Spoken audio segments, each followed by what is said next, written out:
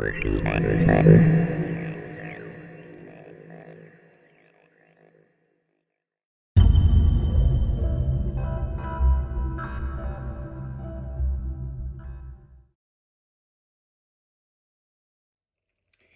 everyone, welcome to another edition of Off the Cuff. My name is Arioch. Nice to see you all. Now, today's going to be a little bit different because we're not actually going to be looking at any physical handcuffs. Instead, what I thought I would do would be to share with you some of the research material that's out there, handcuff related material. But before I do, I just want to point one thing out. No matter where you are in your collecting life right now, I hope that you go to the handcuffs.org website on a regular basis. I don't always post on there because I'm reading it a lot. I am constantly amazed at the amount of hard work that people put into their research in handcuffs. Especially recently, I've noticed that the articles written go into such detail and they just did amazing, unbelievable amounts of research. You know, tracing where an inventor lived and worked for a while, or, their family trees, photos of their homes. It's amazing. I just wish I had that kind of time to do that stuff. But you really have to check it out. It's getting better and better, and it seems like more and more people are doing, the real hard research into this great hobby that we have. But I do wanted to show you some printed material that I have been lucky enough to come across over the years, and there's a lot of things you can do with it. Now, for example, a classic here, and there's the handcuffs.org by Joe. And when you look in here, not only I'm not going to go page by page, but you can see, like, not only do they have the histories written, they have, great photos of the actual cuffs with different markings, and it's just a fantastic tool that I go back to time and time again when, if I see a cuff and I'm like not familiar with the name or whatever. If you have a book like this at your fingertips, it's really awesome. Granted, you could go on the website and on the internet and find it too, but to me, nothing beats a physical book. Sorry, I don't own a Kindle. I don't own any of those electronic book things. That's it. For me, you have to have a physical book. Nothing beats it. And, mine are starting to wear out because I go back to them so often. But not only do I use it for, information, I also use it as a sort of personal checklist. So I'm like, oh, if I see a pair of cuffs that I don't have, I'm like, ooh, okay, that's that's something that I'm going to be looking out for. Like, by the same great folks, put it together. We had a handcuff annual 2006, 2007. Those are the only ones. If I'm wrong, hey, I wish there were more. But these again have great articles, and for example, if this is really cool. Okay, this shows how ridiculous I am.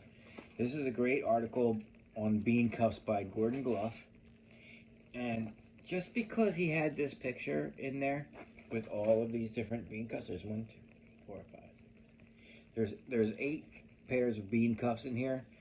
My goal for years was to get more than 8 pairs of bean cuffs, and eventually I did. Ridiculous, but I don't, you know what I mean? That's like part of the fun of collecting. And every time I did, every once in a while, a pair of the bean cuffs that I bought, even though I had 10 of them already, there was something special about them, either the linkage or, they were engraved or something like that. So it's just cool. And I use these as checklists, And 2007, which had some really great articles as well. And here we go, the Maltby section. This is when I first saw a picture of a Maltby on a bar, and that was like something. There it is. Oh, isn't that beautiful? and I wanted that so bad, and finally was able to get one. It was just wonderful. Great article on the Chinese cusp by Mark Lyons. Now, the cool thing is about these annuals and this literature here, and more that I'll show you in upcoming weeks. The cool thing is that a lot of these people that contributed to this are the ones doing amazing research still on handcuffs.org. So even though we don't have print copies of what they're doing, you can find it online. Just a great resource to have. You know, something you need in your library. Now, before these handcuff books were available, the ones I just showed you, I started out as an escape artist, so naturally I had books on Houdini. And in some of these books, and most of them actually, but I'm just going to show you two right now. This is from the Houdini scrapbook. I have like 10 copies of this, by the way. But in it, these are reproduced from his Conjurer's Monthly magazine. And again, I use these as checklists. Like I saw that, oh, one day I'm going to get a pair of Bean Giants. Boom. Eventually I had them. So, you know, now I have everything in there. Of course, I'm not going to get everything in this one. You know, and some of these things were one of a kind. So you're not going to accomplish that goal. But it's pretty cool, and it, you know, it gives you something to think about. So that was this one. And then this one was one of my favorites by Sugar and Randy. You know, he tragically lost a while back, but Randy's section of the book takes on the perspective of an escape artist. So he shows cuffs in his possession at the time. You know, there's the plug 8. I saw that, and I was like, I think that was the first time I saw the picture with the plug out. And again, I use these as checklists. I wanted to get everything on this page. Boom, now I'm lucky enough to have it. I'm still missing 2 items from this page. So, you know, eventually I'll get those detective leg irons. I just feel it. And then I'll just be able to go back to this book and go, whew, check. And these boards actually went up for auction in a town near where I grew up. And they were owned for a bit by the Pat Croce, who owned the Philadelphia 76ers. I met him when I did a show at his physical therapy place. And at that time, he told me he was interested in magic. And then years later, he bought these at auction. And then they've since been resold. And, you know, so, you know. But again, that was like something that I wanted, and when they came up for auction, I was like, oh man, I wonder if I should mortgage the house, but I didn't. Oh well, next time.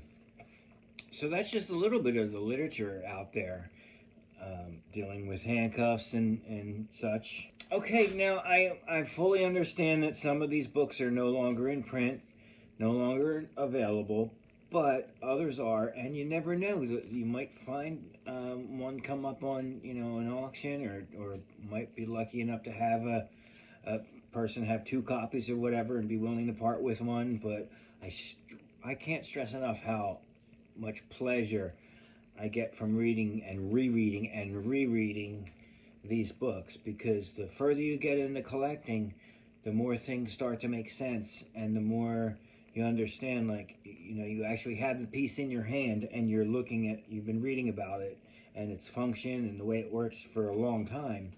When you finally get that piece in your hand, if there's anything, you know, that needs a little bit of tweaking, you'll be able to tell right away. I think the point is that you can never have enough knowledge. You know, that's one of the things I love about this collecting handcuffs, is I'm always learning something new.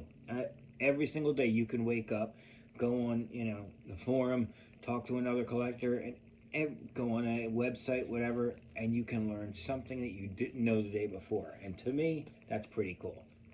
So that's it for this week. I'm gonna try, and I'm hoping that I get some cuffs soon. You know, the woods are great, but that's another thing. As soon as you get a pair of cuffs, you're like, oh, that's great, that's wonderful. I can't wait to see what's next. So I hope you guys enjoyed this video, and please subscribe. And I don't know if you can tell this or not, but I'm actually shooting this video on a very special night, our first game. So that comes on in about an hour, and I can't wait. I'm all ready for the game. So, all right, guys, we will see you again next time.